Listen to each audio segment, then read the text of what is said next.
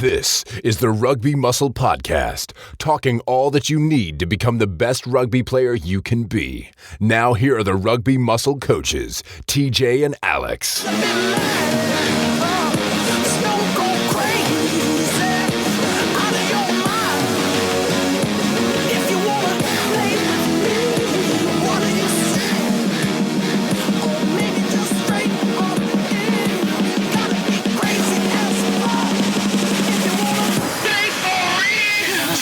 Don't play.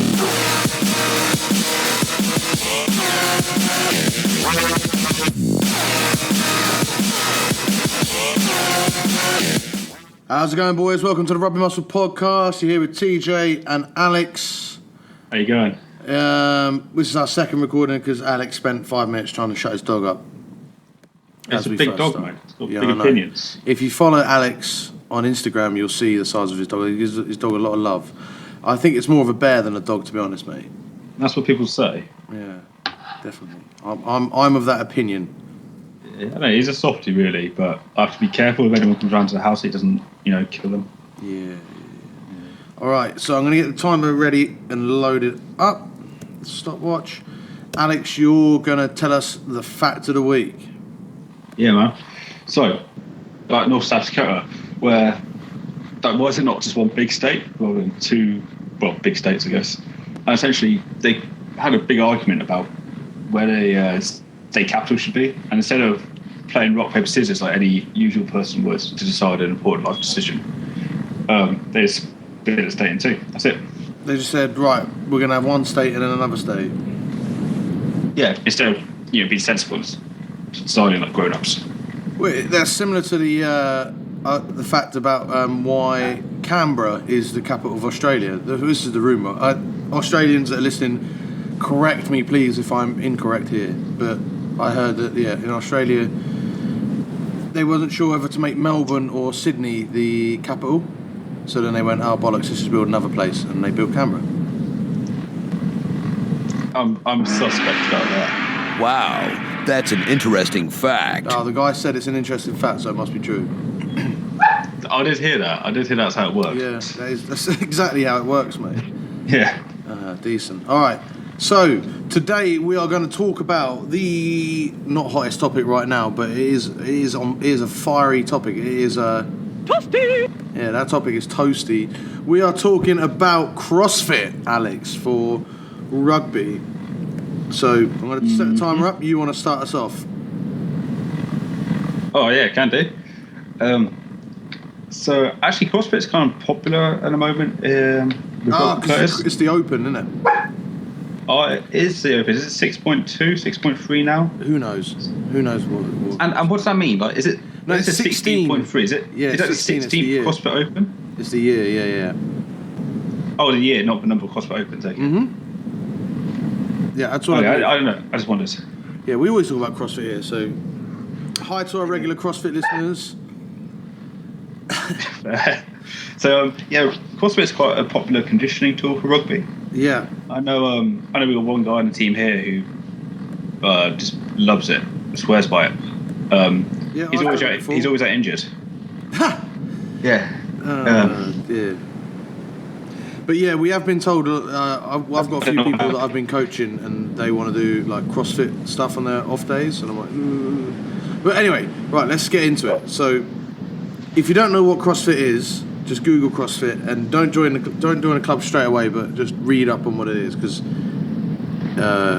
it's a widely popular scheme where we combine Olympic lifting with gymnastics, with normal strength training, with sprints and swimming and cycling, and it just does everything at once, right?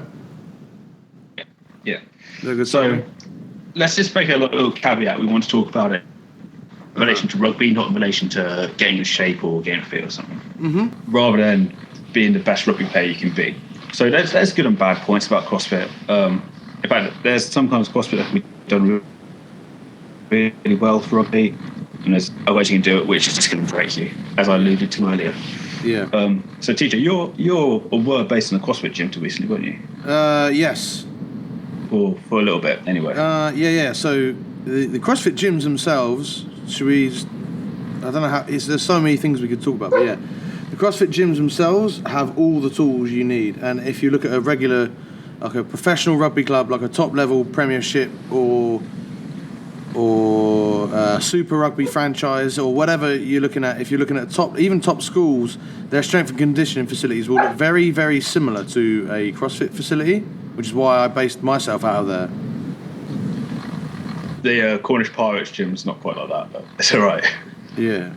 But say you can, essentially you can drop weights, you can lift bars high, and you can do pull-ups and use lots of weights. That's about it, really. That's all you need. And there's a bench. Yeah, bit of open room as well is always handy. Oh yeah, and lots of space. Yeah, I like a bit of space. Yeah. And another thing, like the community at CrossFit gyms tends to be quite good. Right.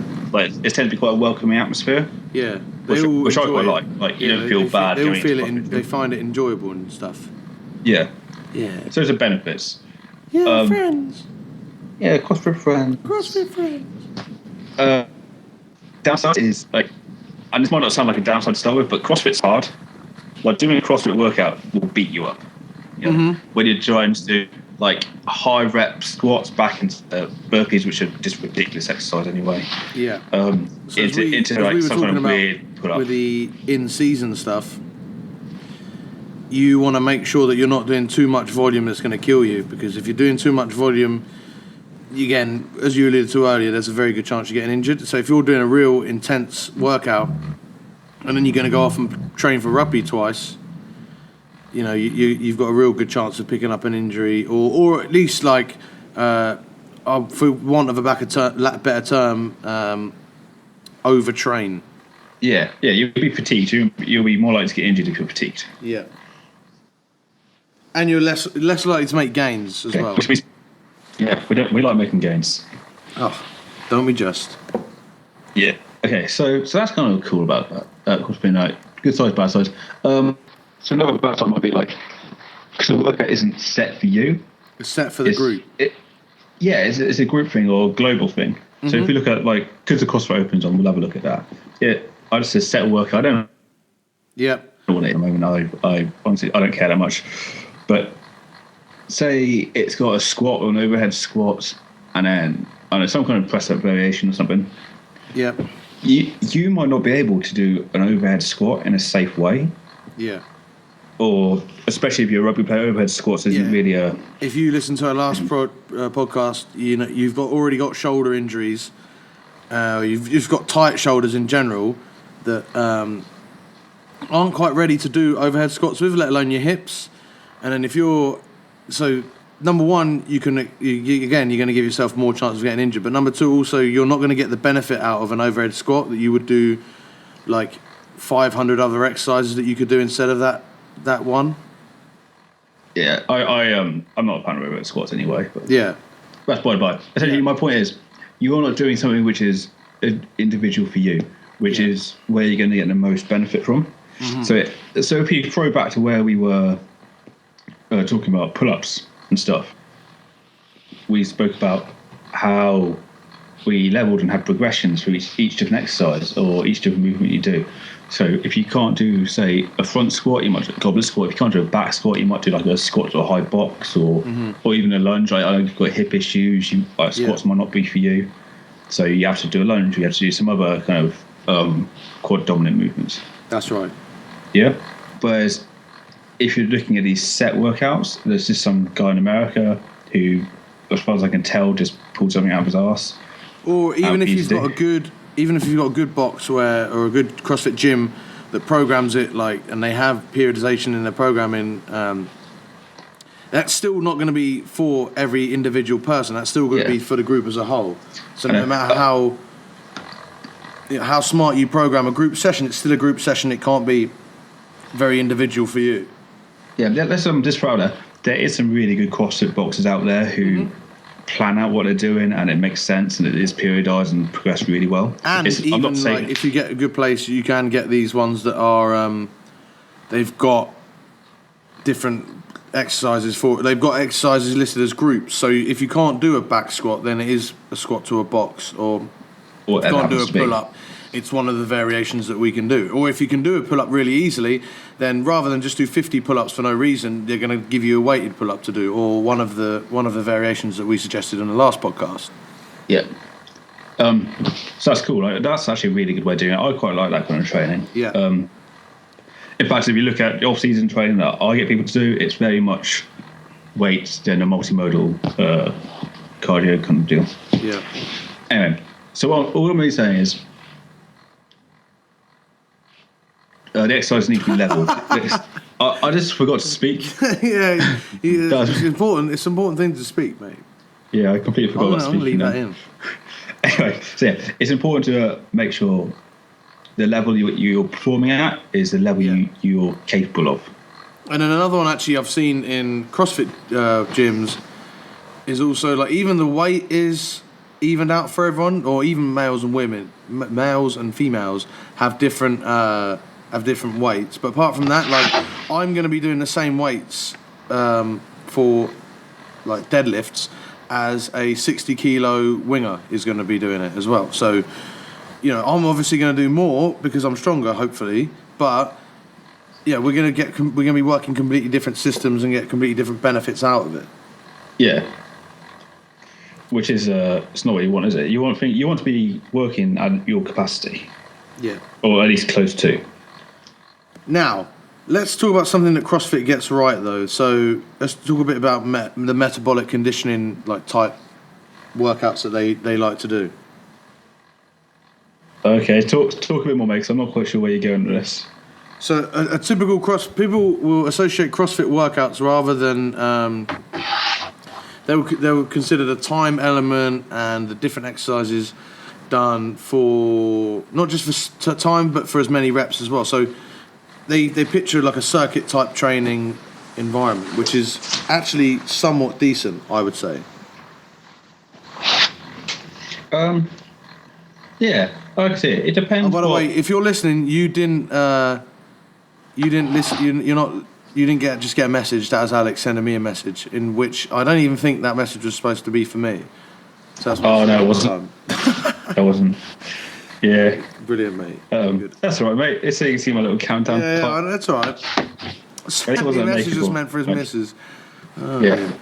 Oh, well, anyway, carry on. Where are we? So, I was saying that, the typical CrossFit, people would consider a CrossFit workout as a circuit training type workout. So we're using resistance, but we're not using lots of rest periods. We're trying to go from either from one exercise to another, or we're doing everything every 30 seconds, or we're doing as many reps as we can in a certain period of time. This is different to your stereotypical gym session, right? Yeah, I think there's upsides and downsides to that, but you need to look at what energy system you're using. Mm-hmm. Because you're either going to be doing something real short and sharp, which is kind of like that phosphocreatine, alactic kind of deal. Yeah. Which isn't going to be reps per time. It's going to be like explosive movements. Maybe if you're doing alactic endurance, you might work for 20 seconds. Yeah. Or you're looking at aerobic work, which is going to be submaximal over a longer time. Yeah. Yeah. Anything in between, you're looking at a higher contribution for lactic system. Yeah, so anything in between is basically the lactic. So it's not quite aerobic, but it's not powerful either. So where are we getting the benefit? Let's do. If from a body composition point of view, if you want to look good, that's actually really good. If you get a lot of decent hormonal effects from that. Yeah. But from a rugby point of view, there's not a lot of time we use our lactic system playing rugby. No. Maybe there's over longer workouts they've got to do with CrossFit, so they might have I don't know, like 5 pull-ups, 5 clean and jerks, a mile run. No, we're good. Carry on. Yeah, or a mile run. I can see the benefit of that because that's going from kind of strength explosive work into an aerobics dominant system. Funny, I had a guy from America, if he's listening, I think it's Ray. Yeah, shout out to you, Ray. He was asking me about like what type of endurance and strength work can we do to combine the two, and I was suggesting something similar to what you just said. Yeah, I mean, that makes sense to me because we're training the systems we use in rugby. Whereas if we want to do But let's quickly go into that before you go. Let's quickly go into that. So, what you're saying is, in rugby, what we do is we'll move explosively for a relatively short period of time, and then we'll spend the rest of the time just trying to recover so that we can then go explosively again. We're not going semi-explosively for 3 or 4 minutes at a time. Yeah, absolutely. I think the rest period of rugby is something like 20 seconds on to maybe 90 seconds off. Yeah. Something like that. It depends what level you're playing at. So a lot of people think that, if we can just keep going for 40 minutes of constant stuff, and that's constant high, well, we won't be high intensity because you can't do it for that long, but if we keep going from one exercise to another and we just don't stop, that's actually not what we do in rugby. Like we do in rugby, you're going to make a tackle or hit a ruck or a scrum or go for a run or a big sprint and whatever, then you spend a lot of time just shuffling about either an attacking or a defensive line, and you'll spend that time, which is basically time that you should be using like on a light aerobic, like to jog back into your position. You should be using that, your body wants to be using that time to recover and to get ready for the next explosive movement. Yeah, absolutely. Like no one, I don't care who you are, you don't run all game. Even at a top level, like the flankers don't run all game.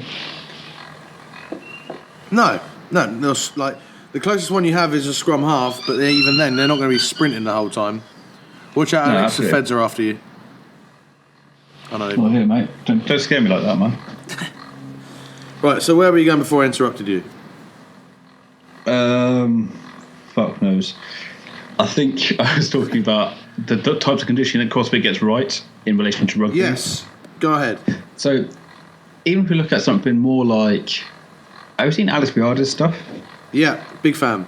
Yeah, I'm a big fan of that too. His stuff where it's more an aerobic workout after a strength workout or that, and then he does a lot of programming for CrossFit athletes as well, actually, like high end. I believe he does, yeah. Yeah, people that are at the CrossFit Games. And if you ever watch the CrossFit Games, that's another thing that we probably haven't touched upon yet. But like one thing CrossFit does right is take these really good athletes that are pretty much the very good athletes already. Like none of them are mugs, and then go to CrossFit and then become these amazing athletes. They're already really good athletes to start with, but it takes them and makes them like absolute world freaks. Yeah, I know they're the top 1% still. They're still up there. Yeah.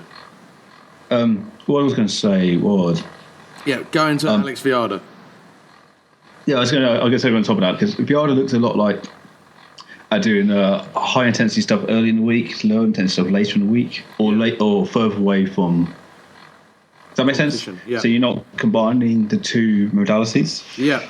Which kind of takes us into that whole conservation of training deal. Like, you don't really want to be doing your lactic acid work if you're going to do that next to your strength work, your power work. Because each work will be negatively affected. Yeah. Mm-hmm. So that's more like looking at, you have to look at what attributes combine together the best. Yeah. Which is, it takes a bit of thinking about that one. Yeah. But it should be okay. But where are we? So yeah, CrossFit still does like quite a few things very well, but a few things that it needs to work on also, or it doesn't. But people that are training for rugby need to bear in mind when doing CrossFit also is the high skill element of the exercises that they choose. Yes, very much so. So one thing that's impressive about the athletes that we just discussed before, the CrossFit Games athletes, is that they can perform, like some of them are legit, like close to being, or they might even be national champion, like weightlifters in snatch and clean and jerk. If you look at the American Open really for weightlifting, yeah, go on. And then you look at the highest numbers that the guys are putting up in the clean and jerk and snatch and CrossFit, but the CrossFit guys are up there. Yeah, like, definitely. They're top 10, easy. And then you've got people that they do gymnastics really well. They row really well. They can swim and run and like all of these different really skillful things that, like when we spoke about before, how skilled you need to be just to sprint efficiently. They're doing all these different high skills, so they do that very well. The unfortunate thing for a rugby player is if you're going to learn some skills, you're going to learn them on the pitch. You're not going to learn a load of different skills just to work out better. No, like let's not take anything away from like the CrossFit athletes. They're freaks. They're awesome. Yeah. You know, it's just they're not the best rugby players, which is what we're talking about. Yeah, because a lot of the time that you're spending, you know, perfecting these skills, perfecting your double unders, you should be out on the pitch making your pass better, pretty much. Yeah. It's like the easiest example we could use. Yeah, absolutely. All right, mate. Right, is there anything else you want to be talking about CrossFit? Apart from Olympic lifting, which I think we're going to cover another time, aren't we? Yeah, we're going to cover Olympic lifting next time, so... then no. I suppose, yeah, and we'll in that we'll include the high rep Olympic lifting stuff as well, so... Yeah, forget all of that for next time. Oh, and a little cliff note as well, I suppose, is... for some reason, CrossFit is associated a lot with the paleo diet, which is the worst combination of diets you could and exercise you could probably do. Because CrossFit is really, really high intense exercise that you need carbohydrates for, and paleo is a diet where you just can't have that many carbohydrates, let alone calories in general. It's very difficult. So you, I would eat the paleo diet if you're an athlete. Don't get me wrong, eat a lot of vegetables, eat a lot of fruit, and eat high protein, but you don't need to eat like a quote-unquote caveman. Agree? Yeah. I think keto is worse, but yeah, definitely. Yeah. Definitely. If you're doing CrossFit, especially hard out, you need to be eating a shit ton. The final statement on that would be if you're looking at a sheet and it hasn't got your name at the top, then it's not a diet for you. Boom. Nice. Yeah. Right. Any last little words on CrossFit before we go? No, I'm good. All right, boys. That'll do this episode.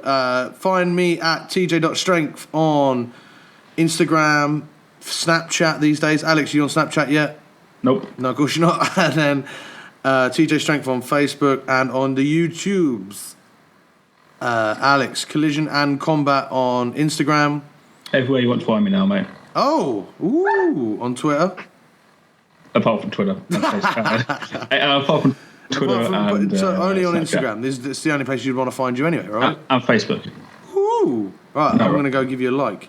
And whilst I give you a like, everyone else that's listening, please give us a like, give us a little 5-star review on the podcasts app on iTunes. That does help us a lot. Or if you're listening on the YouTubes, give it a thumbs up because it helps. Cheers. Bye. See ya.